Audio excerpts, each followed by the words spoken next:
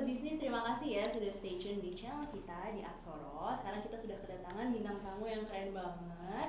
Ada Pak Rangga di sini. Halo, manggilnya Pak ya. Mahendra.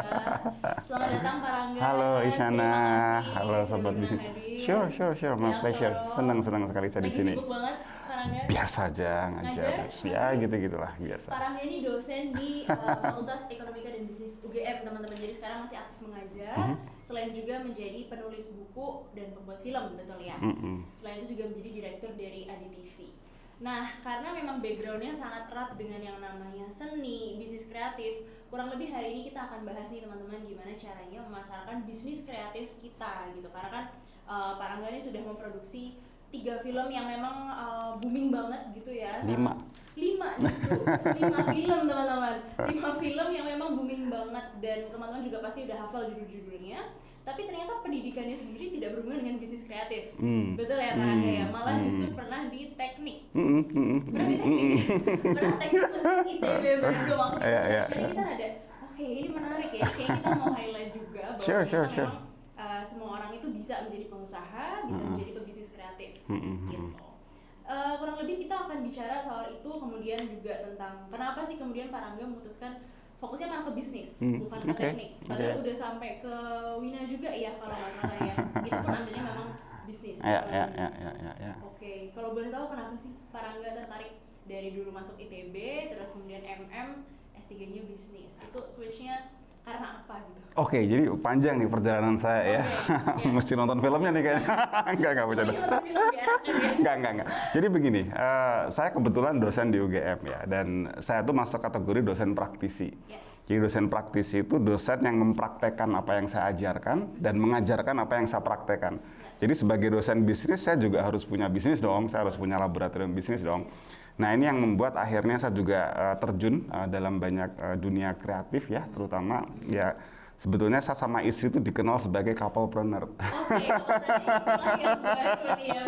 Orang nggak dengar couplepreneur, jadi bersama dengan istri membangun bisnis gitu ya. Jadi kan kadang kita harus ada dilema ya antara mau bisnis atau mau keluarga. Kenapa nggak dua-duanya gitu kan?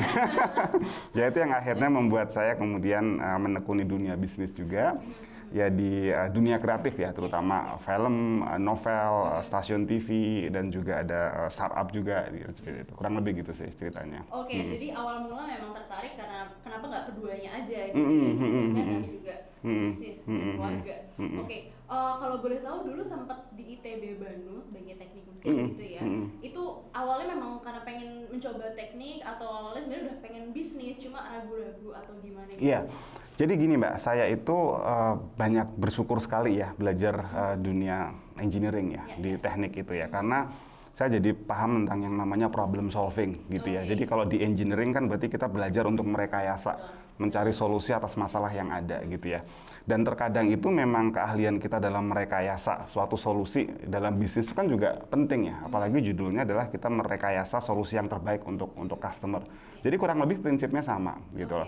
Nah jadi di dunia engineering itu saya belajar misalnya ya, kok bisa ada aluminium gitu ya yang dia tuh berat jenisnya itu kan lebih besar daripada udara ya. Harusnya kan dia nggak bisa terbang ya, tapi kenapa dia bisa terbang? Misalnya kayak gitu ya. Atau misalkan ada kayak kayak AC, ada kayak mesin pemanas gitu ya. Itu menurut saya menarik ya. Jadi ada satu law, ada satu hukum, tapi bukan berarti kita nggak bisa mencapai opportunity gitu loh. Dan itu yang kemudian saya pelajari dari dunia engineering sih, yang saya pelajari juga sampai bisnis saya juga. Dan ternyata kepake ketika masuk ke merambah dunia bisnis tadi ya, ternyata ada opportunity selain yang dari depan kita gitu. Oke, menarik sekali Pak Rangga. Ini ada beberapa pertanyaan sebetulnya terkait bisnis ya, karena kan teman-teman juga sudah membaca profil Pak Rangga dan banyak sekali pertanyaan yang kita kumpulkan. Pertama-tama ini sih terkait dengan inspirasi, karena kan tadi backgroundnya lebih ke teknis gitu ya. Mungkin memang ada beberapa hal yang bisa ditarik ke bisnis, tapi sebenarnya inspirasi untuk memulai bisnis itu dari mana sih biasanya datangnya Pak? Nggak jauh-jauh ya, berarti pasti dari kehidupan sehari-hari ya. Jadi memang begini Mbak, kalau bisnis itu kan tadi saya sudah sampaikan ya, harus ada dimulai dari problem solving. Jadi yang harus kita temukan dulu adalah masalah di sekitar kita ini. If we fail to identify the problems, then we are in the big problem ya. Kalau kita nggak bisa mendefinisikan masalah, kita dalam masalah besar nih. Nah jadi maksudnya apa ya, kita harus peka dengan sekitar kita ya.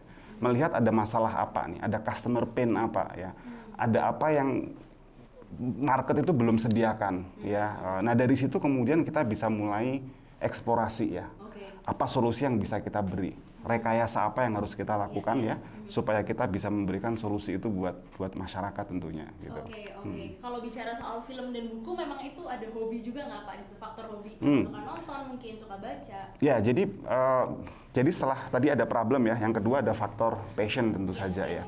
Jadi kalau passions itu, saya mendefinisikan passions itu ada 3 hal Mbak. Jadi pertama, sesuatu yang kita suka, ya, sesuatu yang kita bisa. Jadi bukan cuma suka, tapi kita memang bisa melakukan itu. Artinya bisa tuh ya kita lebih baik dibanding dengan yang lain, ahli dibanding dengan yang lain. Dan yang ketiga tuh harus rewarding, harus bisa menghasilkan sesuatu gitu ya. Nah, jadi itu yang kemudian saya temukan dengan istri saya ya. Jadi ketemulah passion itu. Kebetulan istri saya passionnya memang menulis. Ya. Saya passionnya memang salah satunya adalah mengajar. Ya, jadi suka storytelling gitu ya, suka. Nah, ini yang kemudian kita combine ya, couplepreneur tadi itu ya. Saling melengkapi gitu ya, dan kemudian jadilah novel, jadilah film dan sebagainya gitu. Oke, dari situlah muncul ada novel, ada film karena berangkat dari passion dan tadi ahli juga dan memang menghasilkan. Iya. Oke, tapi ketika sudah tercetus gitu Pak Rangga inspirasinya, bagaimana kemudian cara melakukan validasi gitu? Karena kan kadang mungkin teman-teman UMKM yang lagi nonton kadang punya ide bagus tapi bingung kira-kira orangnya mau beli ada nggak ya? Atau kita punya produk bagus, kita tahu marketnya ada, tapi bagaimana mempertemukannya? Waktu itu Pak Rangga mungkin bisa cerita nggak? Film terus kemudian wah ini kayaknya menarik untuk kita jual atau seperti apa? Betul, jadi validasi itu salah satu tahapan yang penting sekali ya dalam membuat bisnis ya. Kadang itu kan kita punya hipotesis ya, kita punya dugaan. Nah hipotesis itu sebaiknya harus segera langsung dites. Ya, jadi kalau dalam dunia startup kita mengenal istilah yang namanya BML ya, build, measure, learn ya. Jadi segera kita harus tes hipotesis kita, segera kita ukur dan kita pelajari ya.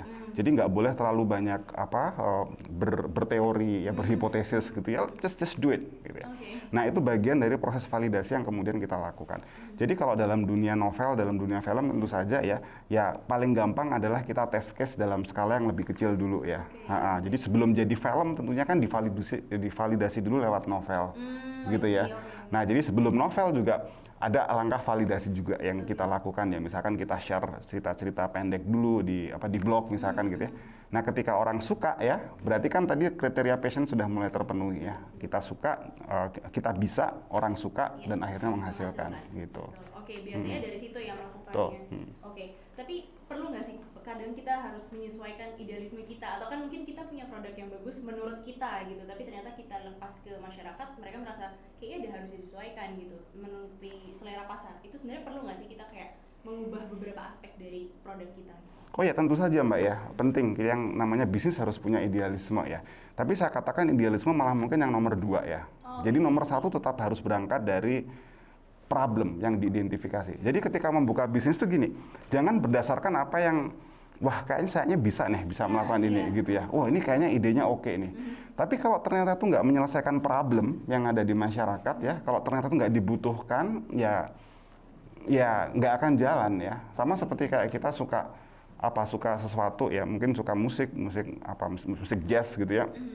Kalau yang suka hanya kita sendiri ya buat apa bisnis ya, main aja di tengah hutan misalkan kayak gitu ya, untuk kesenangan diri sendiri. Justru ketika kita itu mau terjun ke dunia bisnis, ya makanya saya cocok dengan topik hari ini. Product market fit itu penting ya. Jadi harus ada kesesuaian antara idealisme produk yang kita punya dengan kebutuhan pasar. That's it. Gitu.